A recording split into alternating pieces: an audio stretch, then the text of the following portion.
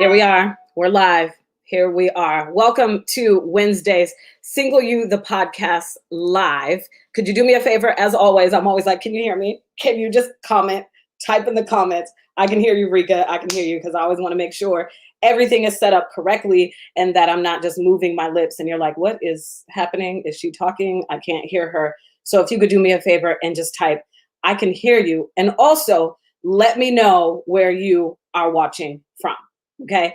Welcome to Single You, the podcast live. We do this every Wednesday at 6 p.m. Seattle time, because obviously Seattle all day. Go Hawks. Russell Wilson is my quarterback. That's what I'm talking about. Now, I do want to tell you this. Single You, the podcast is also available on all streaming platforms. So actually what I'm going to do for you here, because I like to remind you that you can take me on the go. It's not just on Facebook. And if you are watching on Facebook and you are just now getting to know who I am, you're like, I've never seen this girl before in my life. That means you've missed a lot on Single You, the podcast, which is available on all streaming platforms. Like if you have iPhone, that means you have Apple Podcasts. If you have Android, it's probably Google Podcasts or Spotify. But you've missed a lot of Single You, the podcast. And there is a lot of tangible tips, inspiration, and encouragement for you to be listening to, like today.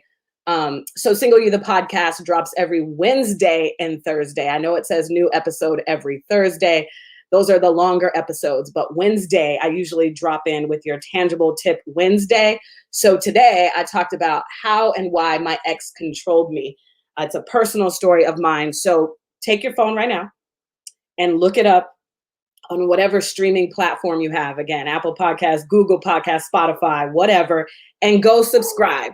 And then just come back to the Facebook Live right here. Okay, so I just wanted to throw that out there. So go ahead and do that. So listen, my intention is to guide women. Actually, let me show my face. So hold on. Trying to maneuver through two screens cracks me up because I'm like, I don't know where the arrow is. What's happening? All right. So it is my intention to guide women who need to hear that singleness is not a punishment and you are worthy regardless of your relationship status. That is this platform where I spew at you all the time that singleness is not a punishment. Okay. All right. So I have a guest today. And I love this guest.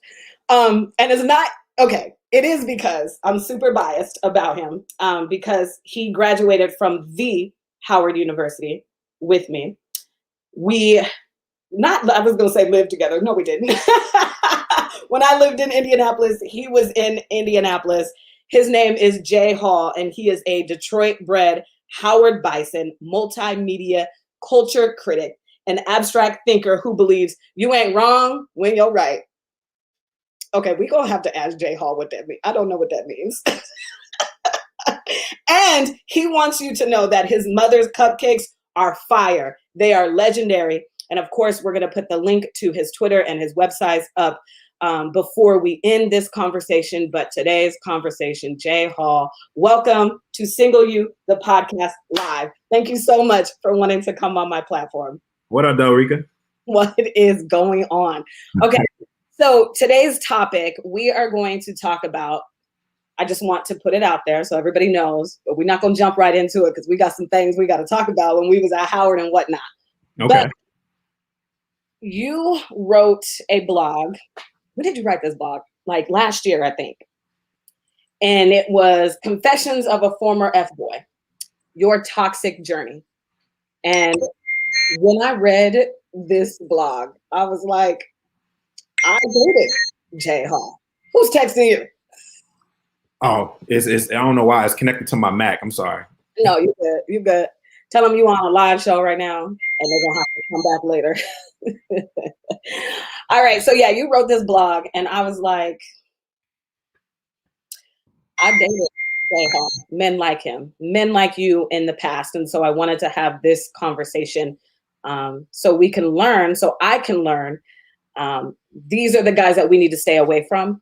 And I wanted to bring this on my platform. But before we get into all of that, we went to Howard University together. And I was trying to remember some stories, but I cannot remember. I mean, obviously, I know we were in radio together. We started at WHBC which is the Howard University student-run radio station. That's how I got into radio. That's how you got into radio. But I don't have any like stories. Do you? No, because I didn't even realize the common link that I know that you and I had was Rocco. Yeah. Yeah. You know, Rocco was everybody's guy. And when I was in Indiana, he was the one that was like, him and Conrad were the one that was like, yo, you need to holler at Reka. She's in Indiana. She's in Indiana. And I was like, Reka. And when I saw your picture, I was like, oh yeah, because I just remember you always had that energy. Because if you remember, we were only on like in people's dorm rooms and in the hallway if you was in the basement. Yeah. Yeah. And so I just remember your energy. So I wasn't shocked at all that you was doing your thing, and you've been doing your thing since. So, you know, congratulations on that also. Well, thank you. Thank you. Mm-hmm. And yeah, and so I went to, when I graduated from, again, the Howard University. The. Right, exactly. The with 2 E's, excuse me. Mm-hmm. By the way, how are you feeling about Howard right now? I feel like Howard is getting all the shine. How do you feel about that? I mean, I feel like it's just due. I think we were like the last generation that went when going to a Black college was still kind of like an underworld. Yeah. Like nobody really, you know, it was all, you know, they were still like, you know, I don't want to go to Black college because life just ain't Black. And it's like, life just ain't white either. Right. So now that, you know, it's become cool, it's interesting to see everyone catch up to what we already knew. Right. Right. Yeah. And listen, I think I was talking to somebody about this the other day, that a lot of West Coast kids, obviously I'm from Seattle, West Coast is the best coast. I know you're from Detroit, but listen, West Coast is the best coast. A lot of like West Coast kids do not go. They go to like UW here and Wazoo and Eastern, and no shade to Eastern or Central because my parents went there. But my grandpa went to Morehouse and my grandma went to Tuskegee. So I always knew about HBCUs. At my church, I went to an AME church. Howard they talked about HBCUs, right? We even have a Black college tour when I was growing up in Seattle. And so I always knew about Howard, and I'm so thankful that my parents were not the parents who were afraid to let me leave, because that's what happens. So West Coast kids are either afraid to go that far away, because I get it, it's 3,000 or so miles. They're either afraid or their parents are afraid. So they're like, just go to UW, which yes, UW is a great school, but it ain't better than Howard though. No, you know, I told somebody not too long ago, you know, I didn't grow up in that kind of culture or even know anything about HBCUs. You know, I found out about Howard simply because of Diddy. Because I was a huge, you know, hip hop enthusiast, and every Source magazine article I read, he was always pumping Howard. And then when I found out that he didn't finish, I was like, yo, he's pumping the school hard for somebody who didn't finish, but he was the first person in hip hop culture that I heard praise college. Yeah. And so I was like, well, if he can go there and he can be who he is and he didn't finish, then what can I do if I go? Yeah. And that started my journey, but I was the only one. When I told my folks I went to Howard, they was like, who's he? Because nobody knew what that environment was, or, you know, that's the kind of environment I came from, but it's an amazing school. So I'm glad about the shine that it's getting. Exactly. Like, it's so crazy because I've never had more white people want to talk to me about Howard University. No shame. Listen, I love you too, okay? But he's like, so did you go to school with Kamala? And I'm like, she's clearly 50. Like, clearly. I'm 37, so no, but thanks for asking. I mean, and of course they want to, did you pledge to, or you an AKA? Like, they don't realize, like, if I was an AKA, you would know. Yo, it's like when anything Black come out, is like, you know, that I remember that old episode of Martin. It was like, I just saw Boys in the Hood, Martin. I didn't know. Like, that's how I feel. Like, oh, you went to Howard? I heard it's amazing. It's been around since, you know what I mean, 1800. You know what I mean? Like, Google's your friend, but yeah. Yeah, so I'm definitely hype about the love that Howard's getting, because Howard deserves it. The students make Howard University, though. We do. The campus is dope, and I do have one day this dream of going back and buying some property around there, because that gentrification is crazy. When's the last time you plan to be rich? You said what? I said, you plan to be rich. Yeah. Yeah. Oh, you didn't know that I'm about to be mini Oprah. I've been saying, I believe you, Reka. I believe you. Listen, if I went, so I have a she shed in my backyard at this house that I own here. Okay. And in that she shed, I was out there like cleaning it up and getting organized because I'm putting it out in the universe that I will be moving soon because this Washington State snow and all of this is not for me. But I found my old like junior high yearbooks. And when I tell you my friend, you know how like in yearbooks you write in the yearbooks, right? And my friends are like, you're going to be Oprah, Reka. Like, you got this. Like, it's so crazy to look back to see how little Reka was saying the same thing that she's saying now. Like, I'm going to be this one day. And so, yes, I will be Oprah, mini Oprah, and I will go buy some property around Howard University and make it dorms for a few like if I could just help 5 students out, 1 student, and help that neighborhood stay as Black as possible. Like, that's what I want to do because I go back and I see poodles and all that. I'm just like, what is happening? Oh no, it's real. That was not the college the area that I went to. I lived in Carver, and in Carver, half of people who lived in Carver got robbed on that little walk going up and down. Dude. You know, the little infamous black van, and there was a spot called Cookie's Corner that all you had to have was a pulse, and they'll sell you alcohol. Like now, you go there, it's roses. Yeah, you know, they're planting plants. Yeah, they're riding bikes. Right. And it's not to say I wanted to stay because I remember. Do you remember when I think it was our freshman year when 2 people got shot? I mean, pick a year. Right. Like I know one got shot and then left, and he was actually from Cali and he never came back. And then the other one, damn, what was their names? But anyway, they got shot, and the other one came back. I think he even sued Howard and got some money. But so I don't want it to be like that. But I do want what I liked about Howard, and then we'll move on to the topic. What I liked about Howard is being a kid that came from suburban America to be immersed in Black culture and to be able to see myself in everything, in all shades of Black, all different cultures within Blackness, to know that, oh, Black people can be doctors, lawyers, all of this, because back then, yeah, we're the generation who did get the first taste of social media, but it wasn't as big as it is now. So back then, all of the images that I saw of Black people outside of my family were negative, unfortunately. Mm-hmm. So I had a negative connotation of what being Black is. Like, what does that mean? Da, da, da, da. And so going to Howard definitely helped me with that. Like, oh, okay, we can be whatever we want to be and we're excellent. Like, that's when I started learning about Black excellence. And I want every student to have that experience when they go to Howard. And sometimes I think, I'm like, uh-oh. Because the neighborhood is changing. I don't know. I agree with you. I mean, for me, I was already kind of like one of those young Black radicals, and Howard kind of confirmed everything that I was already being self-taught. So, you know, it was wonderful. And the thing about gentrification, when somebody, if they hear this conversation, they're like, well, you want it to remain bad. It's like, no, but how come the area around couldn't be safe and secure when we was there? How come it only got to be safe and secure when white folks moved there? And how come it has to be totally expensive? So that is an issue when it comes to gentrification. When you hear me and Reka making these comments about that, because when we was there, none of y'all cared. Now that it become a trend, it's like, oh, there's police officers and, you know, we're going to let you walk your dog. And that is the BS. Yes. The only person I cared was Bill Gates. I'll give it to Microsoft. I will give it to Bill Gates. Okay. For going to that's why there's actually a lot of Howard grads in Seattle.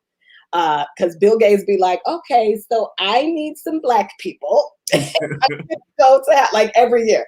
So I will say there is a true funnel from Howard University to work at Microsoft.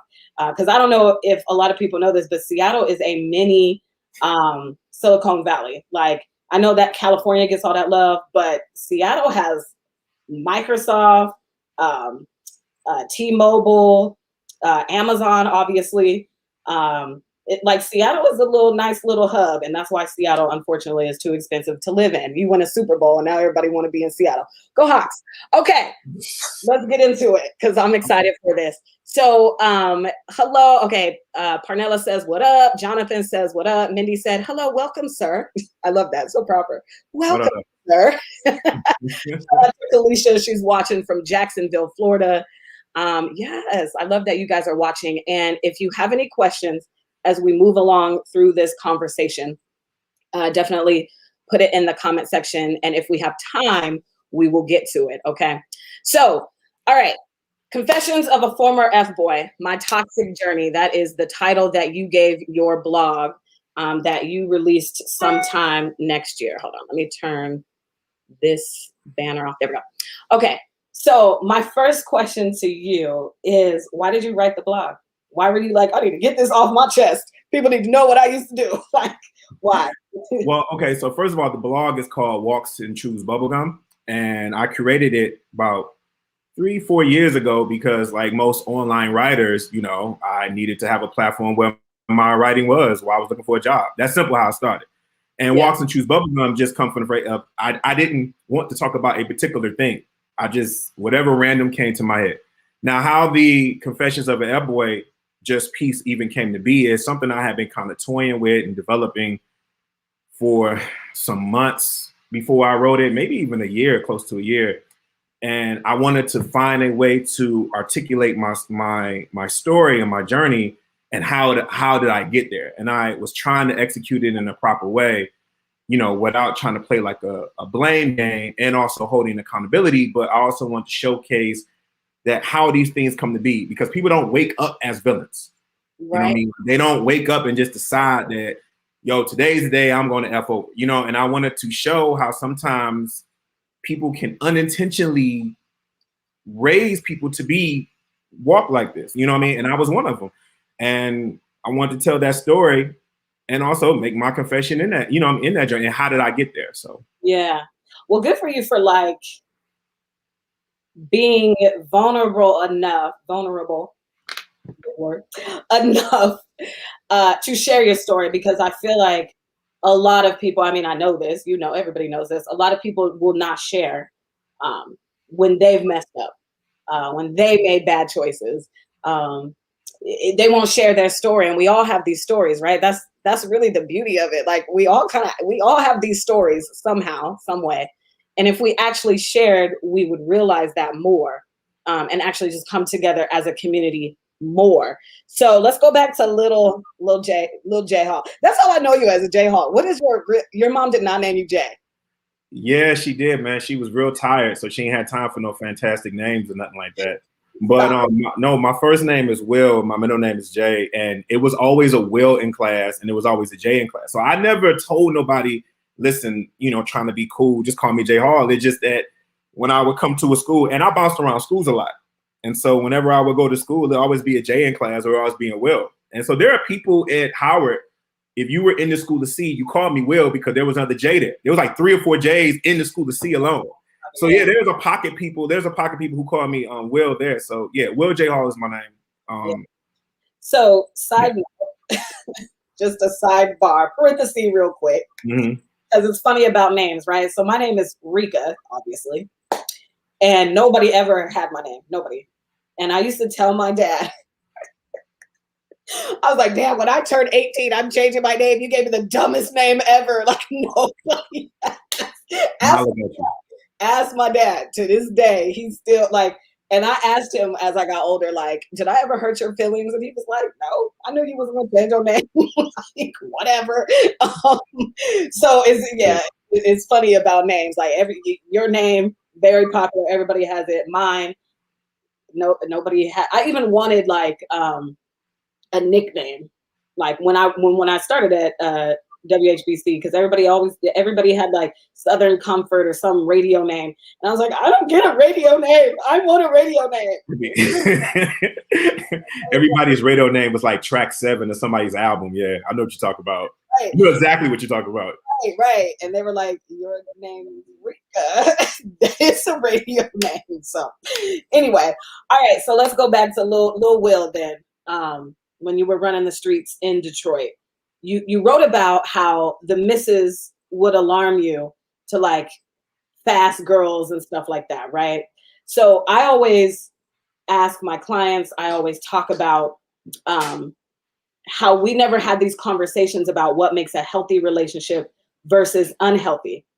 It sounds like the older people in your life were having conversations with you about relationships. They just didn't have a healthy outlook on them.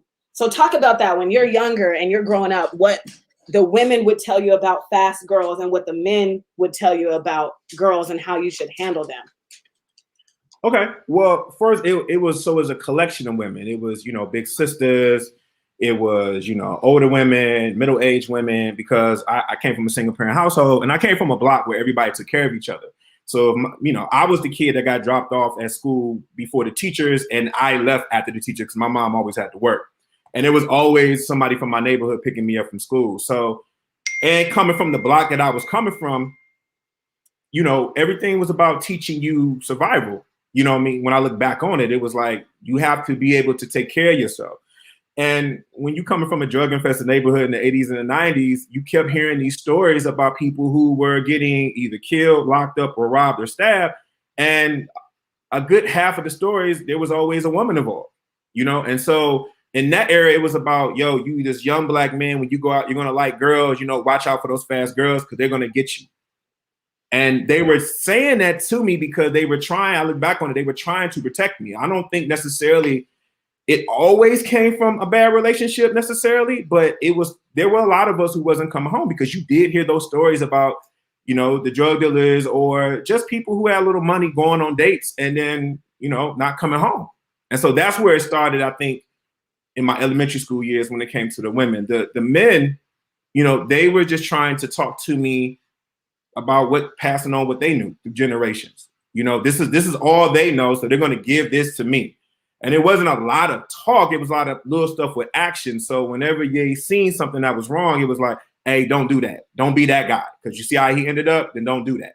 So you got a lot of that. Yeah, like he was being too emotional. Don't get too attached. Is that they were telling you that?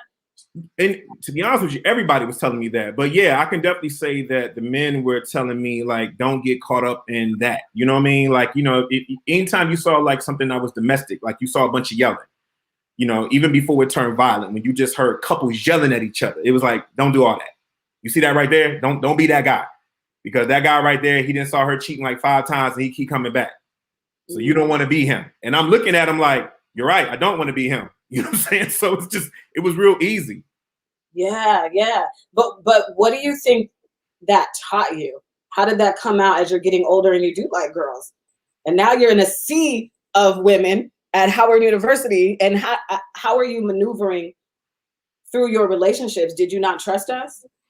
It was amazing about that because I don't know if you noticed about me. I transferred to Howard. So I came to Howard at like 21. So I was out in the world for a couple years. And I always had one foot in a good life, and all my friends were deciding that they were going to like hit the streets real hard. And I was associated with them. And so I got to a point in my life where I wanted to make a decision. And so I was like, I'm going to try this college thing full time, because I was just going part time. And a lot of my friends were just taking half of the money from a school loan and they were flipping it. And then after a while, they wasn't even going to class no more. So when I got to Howard, the first thing I said was, this is paradise. I remember I had a homeboy sitting down and he was upset about a girl who broke his heart. And I said, what happened? He said, man, this girl, man, we sitting right there on the bench. She's like, man, she tripping. I said, did she say you had a baby by her or something? He was like, no. And I was like, oh, well, did she try to set you up? He was like, no. I was like, well, what's the problem? He was like, she messing with a football player. I was like, that's it. And so when I realized, so for me, my extreme was like this. Yeah. So I was just like, that's all you upset about, is that she just choosing somebody else? Because that wasn't my upbringing. That wasn't my come up. You know what I mean? Like where I was coming from around my folks and my peoples, it was either you found somebody who was extremely nice or you was out and anything can happen. Her ex-boyfriend was upset. You always had to deal with something. And so when I got to Howard, I was like, this is utopia. I'm in it to win it. This is cool. So yeah, I trusted, but it was more like, I also knew that this wasn't the real world because I had spent time in the world. So for me, because I came out there off a thread, I really had to work to stay at Howard. So I wasn't really trying to invest myself emotionally because I didn't want to go back to where I came from. That's what I was gonna say. So you felt like Howard wasn't the real world, like that experience wasn't real at all. It was a universal world, but I knew that once we crossed that stage, it was gonna get real because it was already real for me. Yeah. So I had to do whatever I had to do to stay at Howard. That had to be my focus, and I didn't want to allow myself to get wrapped up emotionally. Which was, I look back and I could have found a way to figure that out, but back then I had to hit ground to the pavement. you know, get on my studies or whatever. And if I mess with a girl, I never was gonna make me too serious with her. Wow. Did she know that? Like when you would mess with girls, would you tell them like, yo, this ain't going on? That was the odd thing to me too. Like when I was in school, it was a lot of dudes lying. I didn't understand why. Because honestly, because it was so many women. And I mean, truthfully, Howard women were telling you what was up. Like nobody was, there was no reason. The campus is not that big. You know what I'm saying? So it's not hard to see you coming out the towers with another woman. So I didn't understand why even some of my friends would be like, I got a girlfriend, but then lie over here. When you're going to walk that small yard, she's going to see you. So for me, I always let somebody know what it was like up front, but that's still no excuse so far as maybe my tone and how I handle it. You know what I mean? My attitude towards it and everything like that. Because just because you tell somebody up front doesn't still give you the license to treat them a certain type of way. True, but I will say this. So last week, I had my friend Caitlin Herman on, and we talked about never let a guy save you for later. So I'm curious to know when you would tell these women, hey, listen, I don't want a serious relationship or whatever you would say. Did they believe you, or did they try to make you somebody they can actually commit to, or make you the guy who wanted to commit to them? I'm not sure. I'm pretty sure some of them believed me and maybe some of them didn't, to be honest with you, looking back on it, because I can't necessarily say I remember everything, unfortunately, but right. I'm pretty sure that there was somebody, because here's the thing, like, just like guys don't technically want to believe a woman when she says something, it's the same thing with women. Sometimes they don't want to believe. It's like, oh, okay, well, if I stay around, he'll come along. And I've seen my homegirls do that with other men too. So I'm not going to act like somebody probably didn't feel that way about me. Right. So you see where I'm coming from when I say that, right? And so that's why I tell a lot of my clients on my podcast and what have you, is like, when he tells you who he is, believe him. You have to. Absolutely. So you get to, Ayanna Van Zandt explains it like this. You don't get to tell somebody how to love you. You get to see how they are loving, and then you decide if you want to participate in that. So, for instance, if somebody like Jhall tells you, listen, I ain't, you know what I'm saying? That's how I was. Go ahead. Keep going. Keep going. No, let me say it. Go ahead. Okay, so this is how y'all talk to Howard. Like, okay. 2003. Go ahead. Right, especially if you was from New York, the rubbing the hands. Okay. So yeah, you know what I'm saying? Like, I ain't trying to, baby girl, I ain't trying to get like serious or nothing, but dang, shorty, you fine though. Like, so like that, and then lean back and wait. That's what it was. Decision. So like, so now I know, like, obviously that ain't the map, that ain't where I want to go. And so you also wrote on your blog, Confessions of a Former Fboy, that so I have my notes over here. So if you see me looking or typing, it's because I'm taking notes, because I just have so many questions for you. The men in your life preach to you that God created women for man's service and enjoyment. So what does that mean? What did that mean to you as a young man growing up, that women are only for your service and enjoyment? I mean, everybody was using the Bible to justify their actions. Yeah. That's honestly where it comes from. I mean, when you come up any kind of community, a lot of times the minister or the pastor is also the person that's fixing your car, is also the person that works at the factory that's next door to you and everything. And they always will use these loose Bible quotes, for their actions. Like, women are here for us, and, Eve was created for Adam, and it will always justify their actions in that sense. Now, for me, and you and I have had these conversations offline, I never really subscribed to a lot of idealism, even when I was younger. And I wasn't able to articulate my discomfort with it.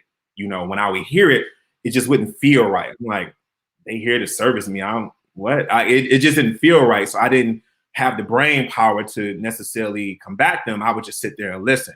But as far as my viewing point of that, it did look like it gave a lot of them the license to behave how they want. And it also gave a lot of the women that was coming around their reasoning to judge, because they were holding on to those same biblical quotes also too, as the men were. And they were using it to judge the quote unquote fast girls and blaming a young girl who might have developed over a couple summers. And now she's fast because your husband is looking at her. And that, for me, that was an issue. Yeah.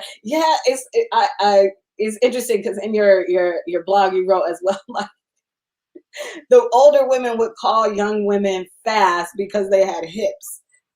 Like, that's just my natural body. Like, Yeah. why is Yeah. that fast? Yeah. Yeah. So, but I see, like, I didn't see that a lot growing up. But obviously movies and, reading your blog and like just hearing other people, I know that that's a term that they would say, like, oh, she's fast. She's fast. Yeah, fast girl's been around since before you and I were both born. So Right. I'm not gonna act like that came along with me. Right. Right. Exactly. So do you feel like as you were dating in your 20s, that you treated women as such, like they were just for your service and pleasure? Yeah, I definitely did. It was hot or cold. I was telling a friend about this not too long ago. It was hot or cold. So if I liked you, right, then it was like, okay, cool. I want this girl to be my girlfriend. Then you got the best of me or my best attempt. Mm-hmm. If you were just there, then it was just kind of like, all right, well, we do what we do, and I'm gonna keep on moving. Yeah. And that's just what it was. It wasn't no medium. Now I will say, going to Howard taught me a lot of medium because again, I want to stress I had two different type of lives. You know what I mean? My life wasn't the traditional. I didn't get an open house, and I wasn't 18, and my family sent me off.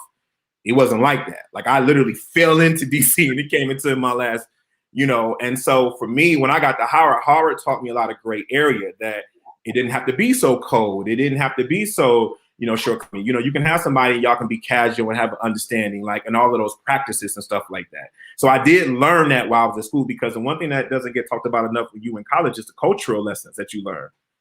You know what I mean? But when I was in the streets back home, it was hot or cold. This is how you treat it. This is how you do. And there is no discussion about it. Yeah. Yeah. Because with me growing up, how I grew up, I don't need all that. I don't need code. I don't need, you know what I mean? Like we don't have the same mindset when it comes to relationships and dating because we were raised differently. Mm-hmm. So I know for you, when I asked you, did anybody ever have a conversation with you about what makes a healthy relationship versus unhealthy? You said, yeah, it was just never put your hands on a woman. But outside of that, do you feel like you had the tools before Howard, before you started learning to even know how to date? What does that look like? What does a healthy relationship look like? Yeah. The problem with, I got taught how to date. I got taught how to treat a woman. Like my mother was big. Like I was 3 years old opening doors, and I still remember the doors was mad heavy. My mom was like, "You're gonna open that door." So I got taught those basics. But here's the thing that I try to stress: the problem was, it was a judgmental aspect to it. It was a woman had to act a certain type of way to get that type of treatment. Ooh, you understand? Yeah. So if she wasn't acting in a proper way, then she does not deserve that type of treatment. Now, if she's coming and she's very, she doesn't sleep with a lot of men, and and she's not that fast or whatever the case may be, then you treat her with the utmost respect. You take her out, it's flowers and candies. But if she do this on the first night and she do all that, then you give her nothing. Don't bring her around. Don't bring her home. Don't do nothing. So that's the problematic part that I say, because a lot of the gentlemen that probably hearing me right now, they know what I'm talking about. Like, it's not like we wasn't taught to treat women good. You were, because if someone put their hands on a woman on our block, men would come handle that. You understand? Right. But the problem is this idea that a woman had to act a certain type of way, and what is that certain type of way? Yeah. Like, who is the judgment squad to say like, check off, and she can't act that type of way? Especially, let's be honest. We're gonna be frank, especially when it comes to black women, because white women get so many different various personalities be shown on TV versus the black woman. She's either over sexualized or she's like, very virtuous. I was just telling somebody the other day about how, looking at Martin and Gina's character was the first character I saw on TV where a woman was sexy in business, because before that she was either asexual or she was too sexual, and she was, throwing them amongst black women as far as when I was coming up. And so that's the issue that I can point out to you, Reka. Yeah. So for us, we either have Cardi B or Michelle Obama. There's no in between, right? Like, you're not allowed to be, if you Cardi, then you're the one who doesn't get the doors open for her. But if you Michelle, well, so you're right. It's like, who gets to decide that, right?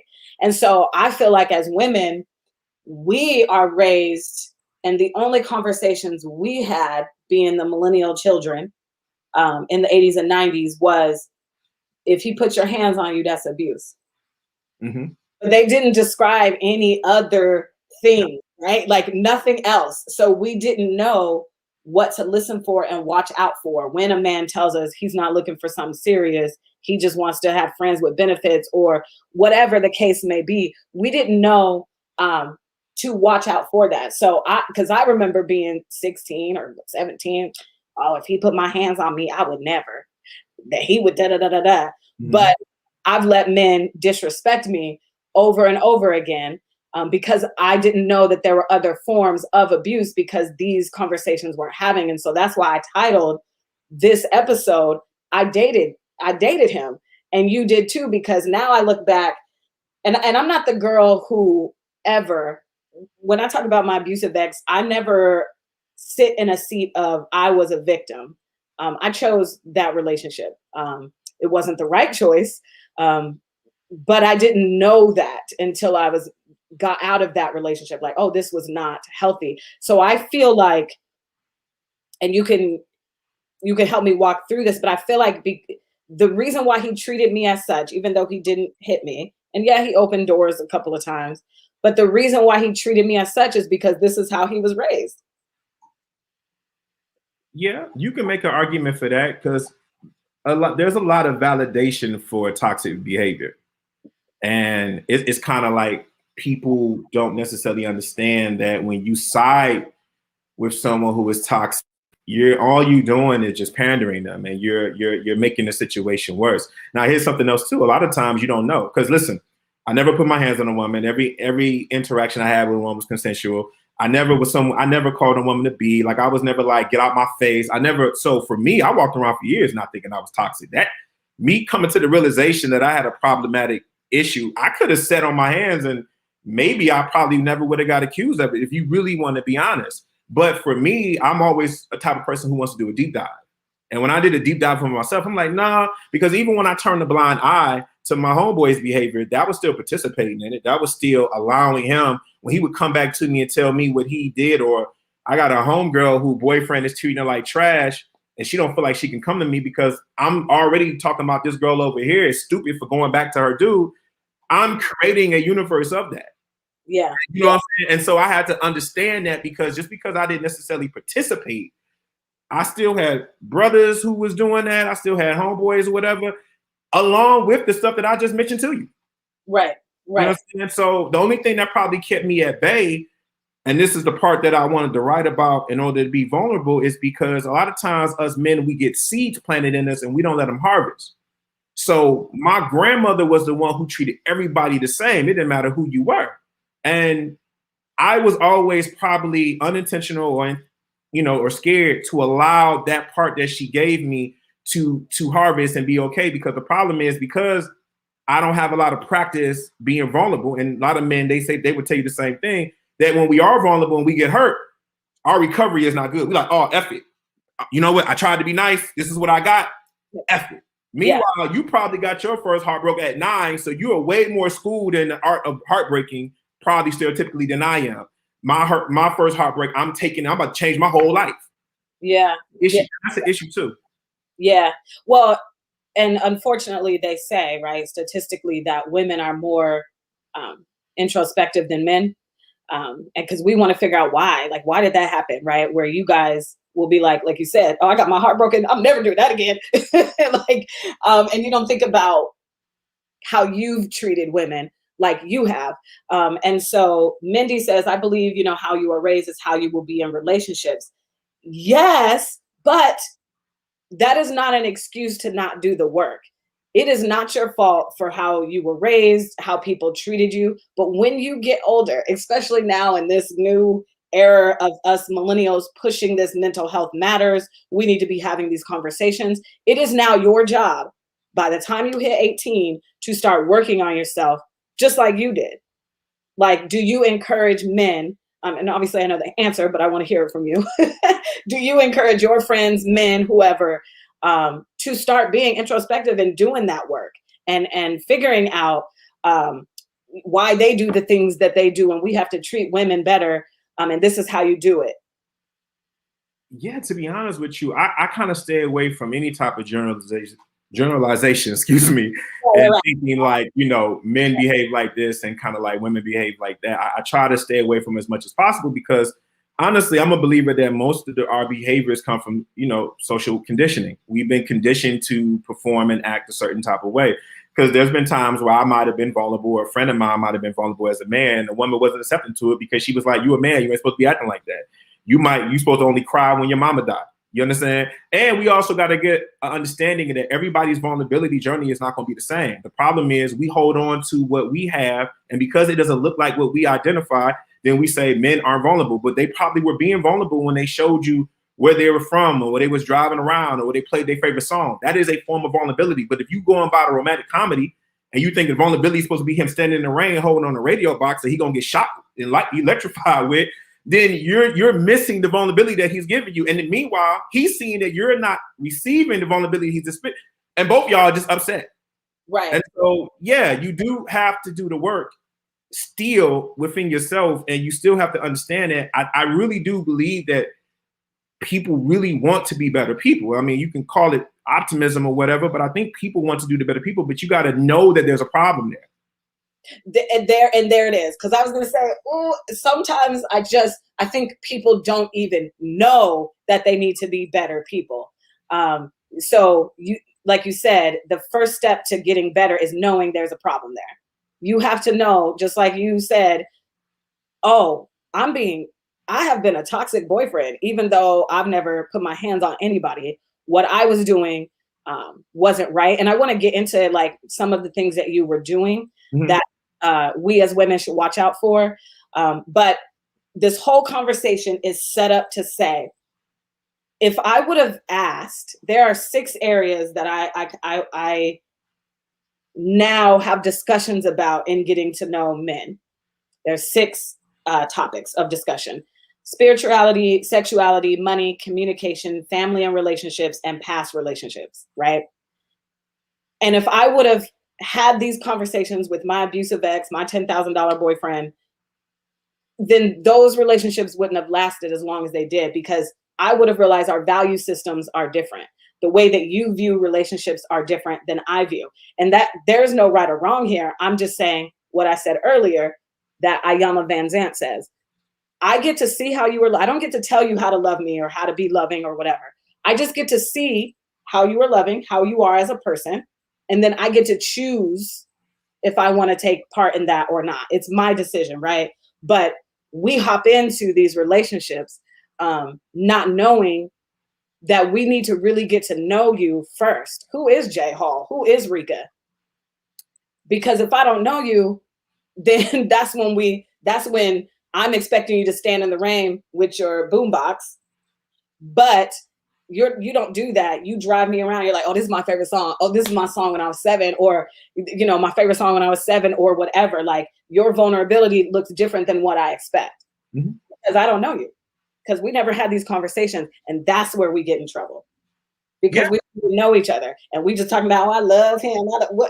Who is he?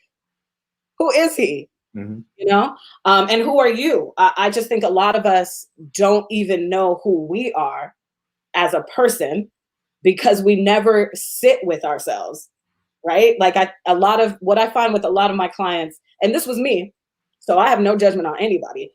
I'm just saying what I know happened with me. And if you resonate, great. But I didn't even know I was supposed to ask myself questions. Like, I didn't know that I was supposed to sit down and like really figure out who I was. I just thought I already knew who I was because I'm me. But there's a quote that I love. I'm a quote hoarder. I have them all around my house. That says, the quality of your life is determined by the quality of questions you ask it. That's a bar. So good, isn't it? So good. And it's so true. So you have to get to know who you are, or you will find yourself in relationships that are toxic for you. And I think we were talking about this before we got on the live.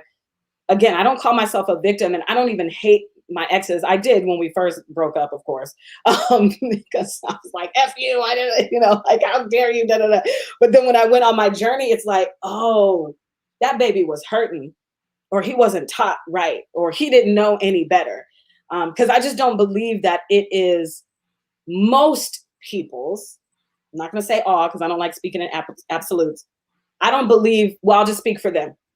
I don't believe my abusive ex and my $10,000 boyfriend set out to abuse me. I don't think they were like, you know what I'm about to do today? Abuse Reka.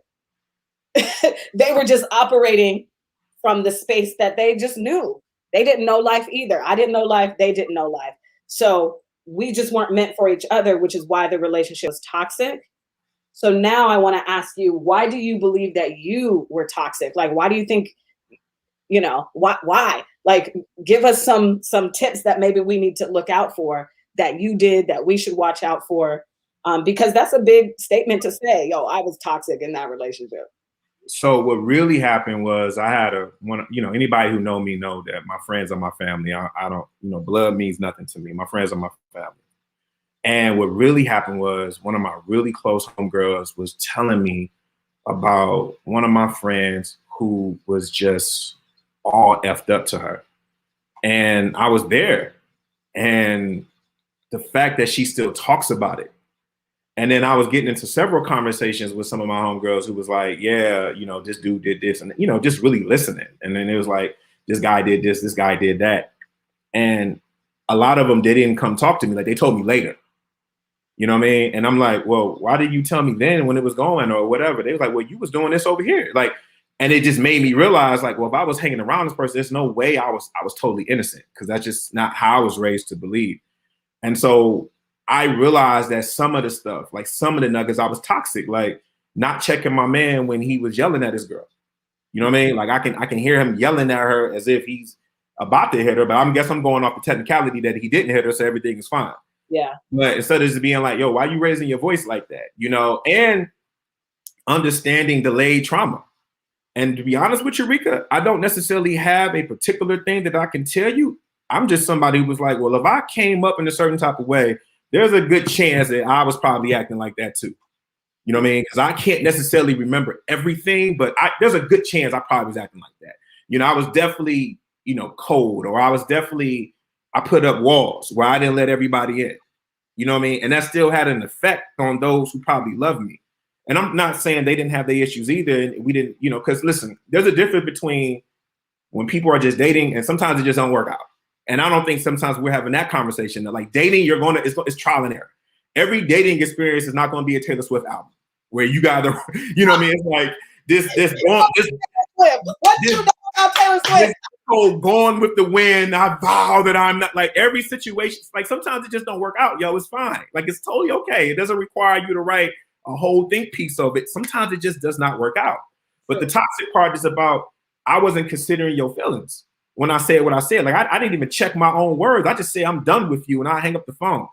Or you're claiming to have an anxiety attack and I don't care. I'm like, all right, well, call me when you're done with that, because I don't know what an anxiety attack is, honestly. You know what I'm saying? So no one ever told me what an anxiety attack is. Right. And I want to mention this too, Reka, real quick. Is one of the reasons why I wrote this, and I've been so big about speaking about this, is that, especially, let's be honest, especially when it comes to Black people, it's not a lot of us that have like wealth heritage to pass on. So we're not leaning on money or financial stuff. We're leaning on our moral code and what people taught us. So the people that taught us, we love them. And if you Black, being Black is all about the complexity. The person was wrong at 3 o'clock, but they treated you right at 5 o'clock. That is part of the Black experience. It's not just one thing. And so a lot of us are holding on to the people we love and not realizing that the lessons they taught us may not have been good. And so when you see somebody defending their action, just like when someone would defend misogyny or patriarchy and all that other stuff, that's because their uncle taught them that, their mom taught them that, and they holding on to that. It's the same thing 10 years ago when people were saying they were against gay marriage. They were holding on to what their grandparents had taught them. They didn't really think, yo, why should you care about two same-sex people getting married? They wasn't thinking on that level. They were being committed to someone who gave them something and is probably no longer here. And that's part of our experience. Yeah. And I do think it's beautiful at the end of the blog, you wrote, like, you can still respect them, but let what they taught you go. Like, you don't have to navigate in that space. And you're so right. We think that I have to hold on to what they taught me because that means that I love my great grandma the best or whatever. Mm-hmm. When you can be like, you know what? It was cool, I guess, for that time that it was in, but we don't need to operate on that level anymore. So I love Big Mama's cooking, but I can't use all that sugar. That's just the truth of the matter. Like, I just can't use all that sugar. I can't. I got to start looking at other stuff, Big Mama. You know what I'm saying? Maybe the sugar you had was a lot healthier, But now it got to me, and it's bad, Big Mama. So I can't cook like you. So you have to take out the bad. Understand why they told you why they taught you what they taught you. They were giving you what they had. Yeah. And it's up to you to do better with that. That's just simple as plain. Yeah. I mean, it's just like for women, I think Cameo and Carla, who went to Howard as well. I think we were talking about this, or because I'm always talking about relationships and where we as women are. But for women, the reason why I feel worthy when I get picked, I have to be married, that's the goal in life for women, is because back in the day, we had to be married in order to own a house, a credit card, to live life. Like, you literally were the scum of the earth if you were a single woman at 35. And so some of that is still lingering in our society. And I am here in my lifetime to hopefully erase all of that. You don't have to be married to be, you're worthy regardless of your relationship status. So it's like, yes, we have to let go a lot of these toxic traditions that we were taught, and we can love them anyway. It's a plus, not a validation. Yeah. That's what it is. If you find somebody and you guys can work that out, be married and do you, all that good stuff. But people should, especially Black women in particular, should not, that your comment to her should not be, well, that's why you're single. And mic drop. Like, we got to stop, all of us, we got to like kind of stop doing that. You know what I mean? Because again, they're about to come out again with Sex and the City again. And they're about in their late 50s and everything is fine. Okay. Okay. But we can't, but it's like with girlfriends, it was like, oh man, this is why It's like, it doesn't apply the same thing with Black women. And we gotta, within our own self, we got to kind of stop that and stop participating in that, because it's not cool. Because who created these rules? Yeah. Who sat there and created these rules? These are the same people who created these rules when it came to racism as me as a Black man. So if I'm going to be so hard and opposing to those things that put restrictions on me as a Black man, then how come I can't see what it's also doing to the Black woman that's standing next to me? Yeah, facts. I mean, I don't know. I think for a while you were on hiatus because you was doing your little retreat. When we were on Clubhouse, yep, Jhall be going on retreats. I don't know if anybody knows this, but it was a trap sabbatical, Reka. Okay, it's a trap sabbatical. Oh. I ain't got it like you. I can't take a full year and all that other stuff and reinvent myself. See, Reka out here playing with y'all. See, I'm trying to be nice because we know each other, but I can't reinvent myself after 360, 80 days. I got rent to pay. You see these are pictures hanging up on a pin. This ain't no portrait. Listen, I ain't got it like that. First of all, my solo trip was 10 days, not a year. Okay? I couldn't eat, pray, love. I couldn't do it for real. So it was a 10-day trip in 2017. So hush your mouth. But you missed a lot of the Clubhouse where that's what men would tell us. Like, these, I don't even want to label them what we did, but but they would say that to us when we would speak our opinion on what we wanted in men. They would be like, oh, well, that's why you're single. Because you're the prize. Like, I don't know if you saw, I feel like this is an old article though, but it's resurfacing because Halle Berry is speaking up about how much she has to pay her ex-husband in child support. Okay. And I think it was on the Shade Room or something. And somebody was like, that's why Halle Berry can't keep a man. And she said, who said I wanted to keep them? Like, we are so caught up in relationships shouldn't end that when they do, we look at the women sideways. Like, how come she's had 10 boyfriends, but ain't nobody talking about Leonardo DiCaprio? Nah, and nobody said nothing bad about Cher all those years. When I was growing up as a child, Cher was dating men that was like 19 damn near, and no one said nothing about her can't keep a man. Like, she was praised. Exactly. And so it's super interesting, even watching the and we'll move on because I see some questions in the chat. But I was watching the Britney Spears documentary, and I remember being in high school when her and Justin Timberlake broke up, and I was super into it because I loved Justin Timberlake. Listen, I was like, Justin Timberlake, like, Black girls, he gonna marry one and it's gonna be me. Okay. But you're not wrong. Listen, still not wrong, even though he is married, still not wrong. Okay. But when Justin Timberlake and Britney broke up, they blamed Britney. You should watch that documentary on Hulu. So it is, they did bring up that how women are treated differently. And of course, we would say that Black women, we are treated the worst. And I do get that question or not that question, that dig. Like they think it's a dig. Now I've learned to say when they're like, oh, that's why you're single. I go, thank you. Oh, I have standards. Okay. Oh, okay. Yeah. And I'll get that a lot too. Oh, you're too picky, or you're never going to find a man like this. Okay. My dogs are barking at the wind. Okay. All right, everybody. Yeah. But I do get that a lot. And it's interesting to me. And Charles said, that's a good question. Who created these so-called norms? And again, it comes from the Bible, unfortunately. And I'm a Christian. This is a girl who said, I'm a Christian. I'm not a religious Christian though. And that's a whole nother podcast, but that's where it comes from. People throwing the Bible at women, and then the laws, that's where our laws were set from. Like, in order to own a house, you have to have a husband. In order to have a credit card, that just ended maybe by the time my mom was 10 or 15 years old. So she didn't have to go through none of that.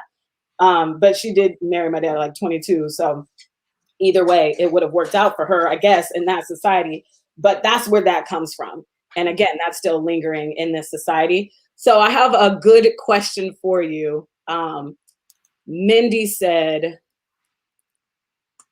can you ever really know someone though?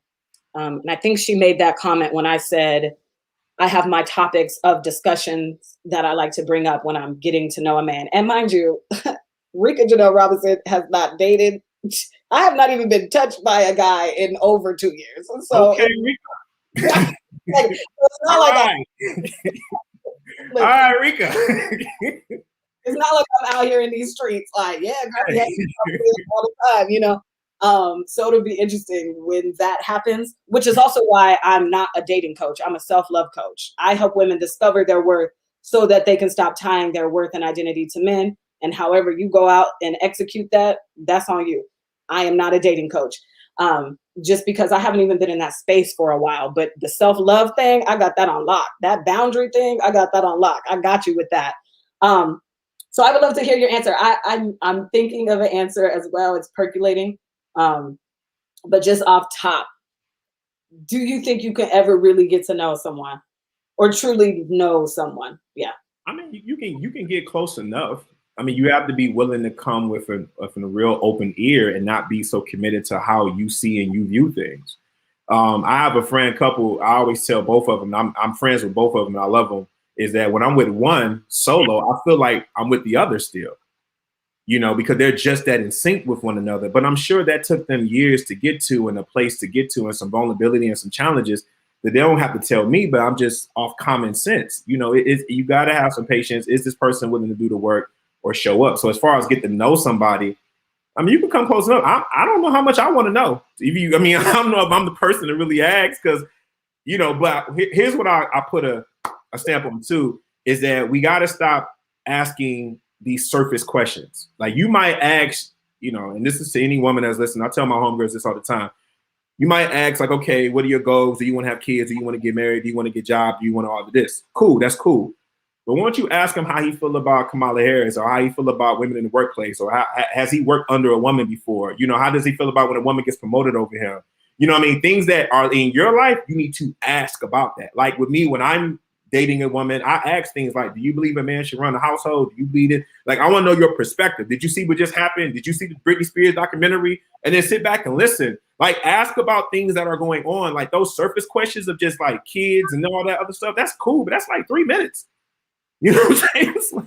Like, right. You know, and then you just expect your feelings to drive the rest of the relationship. That's it. And then you get into a relationship with somebody who got a whole other perspective. He don't even want you raising your hand in church.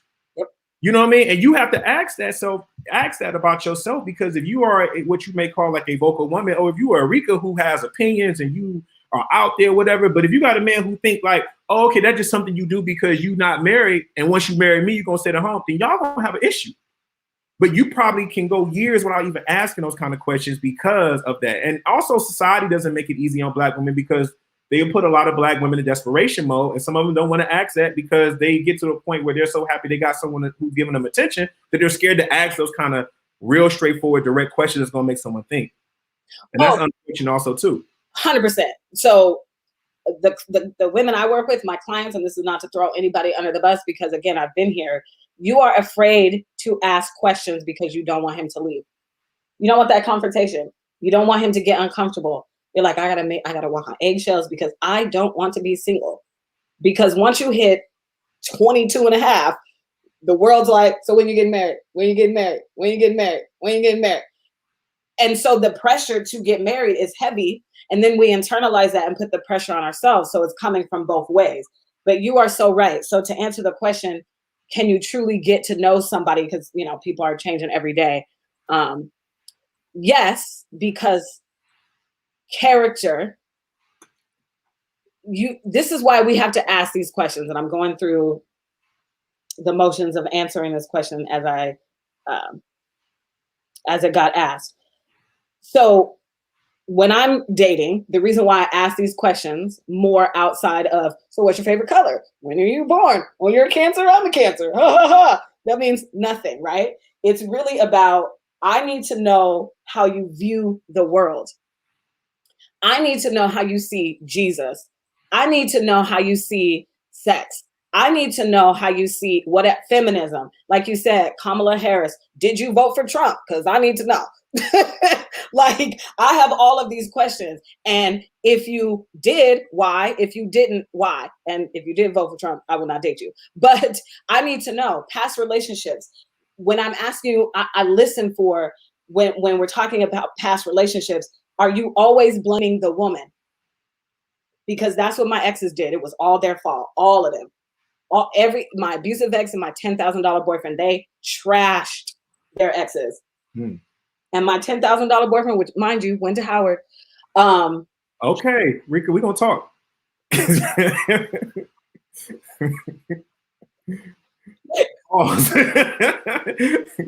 just gonna slide that in real quick, like I wasn't gonna catch it. Like, okay, Reka, okay, I didn't know that. All right, listen to me. And then, so broke up with his ex, came knocking back on my door, talking about you because we dated at Howard. Came back about 2.5 years ago. Broke up with her, trashed her the whole time. Took my money and then said, you know what? You have it two together and I'm still in love with my ex. Oh, you talking about the same one you trashed about a year ago when you came knocking back on my door. But this is my fault. I let him in. I shouldn't have, but I fell for the fairy tale because every Howard girl wants to marry a Howard man. Like, we just have this fairy tale, right? I'm over it now. But so this is why you have to know what good character is, because the Bible talks about bad company corrupts good character. Therefore, Jesus is telling you there are some people out here who ain't for you, boo-boo. Yes, they are my children, but he is not for you. Let me work on him. And you need to move over here. So we have to know what good character is.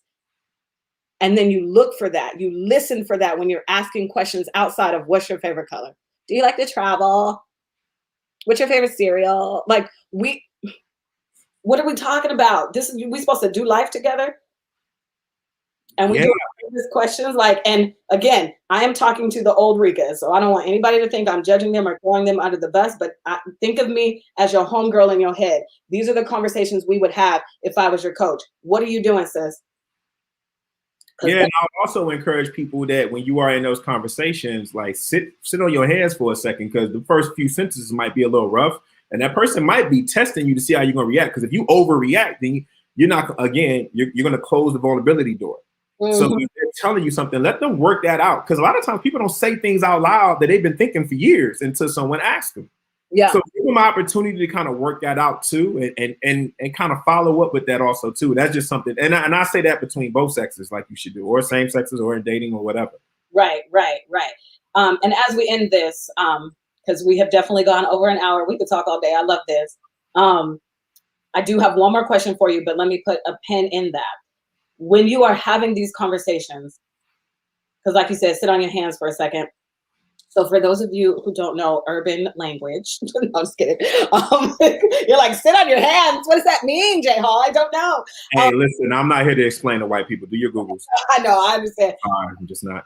Right, but there was a episode I had with my cousin DJ on Single You, the podcast. So if you have never listened to that episode again, Single You, the podcast, this is the live version, but the podcast is on Apple, Google, Spotify, and more.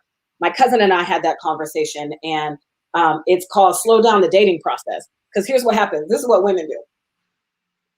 We, excuse me. All right. So women, we get asked out, and especially if he's fine, we get excited. We start daydreaming about, oh my God, he could be the one, girl. We're calling our friends, girl, I think my butt getting big, like just getting too excited. Like he could be this, da da da da da. And we start rushing the process. So then we're out on these dates and we're looking for a husband. And we're not just dating and just getting to know people. That should be the joy of living. I'm just here to get to know you. Who is Jhall? Let's talk, you know? And women, we skip that because we just get too excited. Our vagina, our hormones are going off. We don't want to be alone. We sad. We got asked out. Now I'm excited. I got picked. So we don't even know what questions to ask because again, these conversations we do not have. Nobody talked to us about this. Nobody. So if you want to have a healthy relationship, I would urge anybody, how are you going to get a healthy relationship if you don't even know what a healthy relationship is? You're not studying, you're not asking questions, you're not doing any of that. So if you need a coach, holla at your girl. Okay, so, and we're gonna talk about that right after Jhall finishes this question. So is there any tips that you can give for women watching today who are sick of being played by men? Are there any tips, maybe 2 or 3, that you can give that we need to be watching out for so we don't get played? What kind of scenarios, maybe character traits, anything that comes to your mind, I would definitely love to hear it. Oh, well, if he don't have his own Netflix account, that's one. I'm sorry. You know what I'm saying? Keep it a buck with you. Like if he's Pause. Wait a minute. Wait. I need to make sure I heard you correctly. You said a few. You said if he doesn't have his own Netflix account. Listen, if his name is Michael Johnson, his Netflix account is Reka, and you're not asking those questions like who's Reka? Like, you know what I'm saying? You see all those names across that screen when you go on there, you're not asking those questions. Like, I mean, it sounds okay, I get it. It can sound simple, but it's a simple thing. Like seriously, like it's little things like that you cannot be afraid to ask questions. If you show up at somebody's house and you're seeing some stuff and it's not yours, like, and it's your first time going over there, you might want to just, inquisitive, like, okay, what's going on? I'm not gonna lie to you, Reka. I don't necessarily like to tell women, hey, yo, here's a tip, because I'm not out here to say this or that. Here's what I will say is that be unapologetic you. If you are Black, be unapologetic Black. If you are a woman in your stance, be who you are. Always do work within yourself and just understand the difference between some things just don't work out versus looking for somebody who's not going to accept you for who you are. Now, here's the thing. We all got to live with who we are, though, right? And there's a consequence to everything. So if you're going to be who you are, it might be a little longer. It might not be a little longer. I don't know. Some people hit it out. Reka, we went to Howard. Some people got married soon. They crossed the stage and they still married right now. Some people got married soon. They crossed the stage and they got divorced 6 months later. Right. I can't give you a recipe for that. But what I can say is that as a human being, until you breathe your last breath, you should always be doing the work on yourself eternally. Not, blaming yourself and being like, and being down on yourself, but there should always be some work of improvement of your mental health, your physical, and everything of that. Okay. Now, if someone can accept that as you're improving on the journey, then that's probably not the person for you. It has to be somebody who is willing to go on that journey with you, not somebody who wants to holler at you when y'all stay at the bus stop, because life moves, as should you. Yeah, exactly. And that's exactly why I say I'm not a dating coach. And what I want for my clients, right? So I give them my 4 steps to not being in a dysfunctional relationship is know who you are, know what you want, have the audacity to believe that you can get it, and the patience to wait for it. One thing that my mom told me a long time ago, she'd been married to my dad. Yo, my dad's birthday was yesterday. He is 69. My dad said, I said, Dad, what's it feel like to be 69? He said, I don't know. That's a weird number. Dad about to get it in. I died. I said, oh, did my dad just say that? I don't know. That's a weird number. I said, okay. I'm sorry. Y'all gotta know my dad. My dad is hilarious. Like, yeah, happy birthday to him. It was yesterday. But anyway, my mom, she told me a lot. I don't know. I must have been. I wish I would have listened to her more, and I wish I would have asked more questions to my parents. But she said, one thing I will tell you, if your dad left me today, I would not die. I'd be sad, but I'd survive. That's how I want to move on this earth. Like, I don't need a man, no matter how much I love him, to survive. I need water and oxygen and food, and that is it. I do not need a man. And so we attach ourselves to these men that when they do leave us, or they do break our heart, or they do not meet our expectations, we get so devastated and heartbroken. That's why I say I'm here to help women discover their worth, so that they can stop tying their worth and identity to men. I want you to have so much love for yourself that whatever happens, you're okay. And you put your best foot forward, right? So I love that. Great tip. Okay. Is there anything we missed that we need to go over before? I was just gonna say just what you just said real quick, that some people want to be needed, some people want to be wanted. And I think in my life, in my adult life, I've always preferred to be wanted. For me, I've always preferred to be wanted. But I do recognize that if me and a partner, we make a commitment as we go on our journey, we're going to lean on each other, and I'm going to need you, and we're going to depend on each other. And I think the need will come later. And I think that part is okay. But the validation of you and your human being of an existence in order for you to be respected, no, that should not be needed in order for you to be respected walking down the street. The Black woman should be respected, and even more so praised than any other white woman that's walking down the street doing her thing also too. Because she's already doing it better anyway. Yeah, my cousin says it like this: date a man who wants you, not a man who needs you, and vice versa. So I mean, I know you said you wanted to be wanted, not need. I prefer. I'm always drawn to a woman who don't need nothing from me, but she want me. You know what I'm saying? Like I'm drawn to that. I'm like, oh, you don't need me, but you want me. Like you on that? Okay, cool. That's what's up. Because for me, it's like you're choosing me. Like you really are saying you rock with me. You're not doing it because you think we might develop and we're going to improve each other. And that's cool. Right. But the initial spark, I prefer to be one. 100%. And that's where I messed up. I was dating men who needed me because since Howard, I've been in radio. So I've always had a job. Yeah, you did. Right. And I got blessed and lucky. And hard work, I worked for it. But and so when I was younger, when I was in my 20s, I made excuses for men. I understand why he's not here yet because I got lucky. I got a job I got my dream job right out of Howard. And when you're 25, you don't know what you want to be yet. Like I gave too many excuses. I don't have time for that anymore. I'm about to be 38 in June. So I don't have time for men who need anything from me. To want me, wonderful. But needing, I'm cool. So, all right, what I'm going to do is I'm going to have Jhall leave the room real quick, and I'm going to close out. And then, unless you got to go. Do you got to run? No, I'm here. Okay. How long you need me, Rick? I'm here.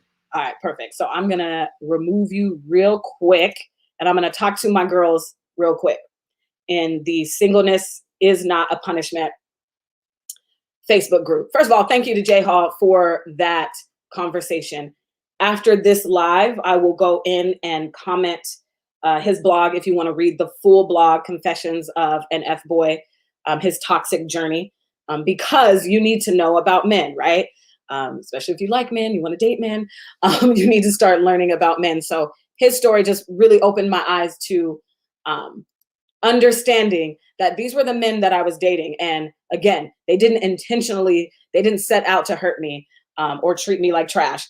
I allowed it because I didn't know my boundaries and I didn't know how to say no and I didn't know what I was doing. But anyway, I say that to say, let me remind you that you can listen to Single You, the podcast, on Apple Podcasts, Google Podcasts, Spotify, and more. So you've missed so many episodes. I think we're on like episode 25 and whatnot. As you see today, dropped How and Why My Ex Controlled Me. It's a personal story. And I call that the bar story, what he made me do at the bar. That unfortunately I did because I thought I had to, being in that relationship. And also, we'll close on this. Single You Academy, the doors close tomorrow at 11:59 Seattle time. Okay. So if you took the key strategies to dodging a dysfunctional relationship masterclass, you know all about Single You Academy, the only online course and community for the ambitious millennial single woman. Okay, so Single You Academy is a 12-week program where you will learn how to stop tying your worth and identity to men. You will learn the differences between healthy relationship versus unhealthy relationships, and you will transform from a woman trying to prove her worth to be loved by a man into a woman who finally knows her worth, who you are, what you want, and knows how to say no. So the doors to Single You Academy close tomorrow because the new group, the women who have already joined, we're going to start class on the 22nd. So that's why I do like open and close, time frames, just so I can get the group started, because we got to start at some point. I can't just be waiting for people to come in all the time. So if you're ready for that coaching experience, definitely go sign up. I will, again, after the live is over, go and drop the link in the comment section. And if you have any questions, you can always send me a DM. Other than that, I'm done. We'll be back next Wednesday at 6 p.m. Pacific Standard Time, Seattle time. Every Wednesday at 6, we do this, which is 9 p.m. Eastern. So we'll see you back here Wednesday, 6 for Single You, the podcast live. Bye.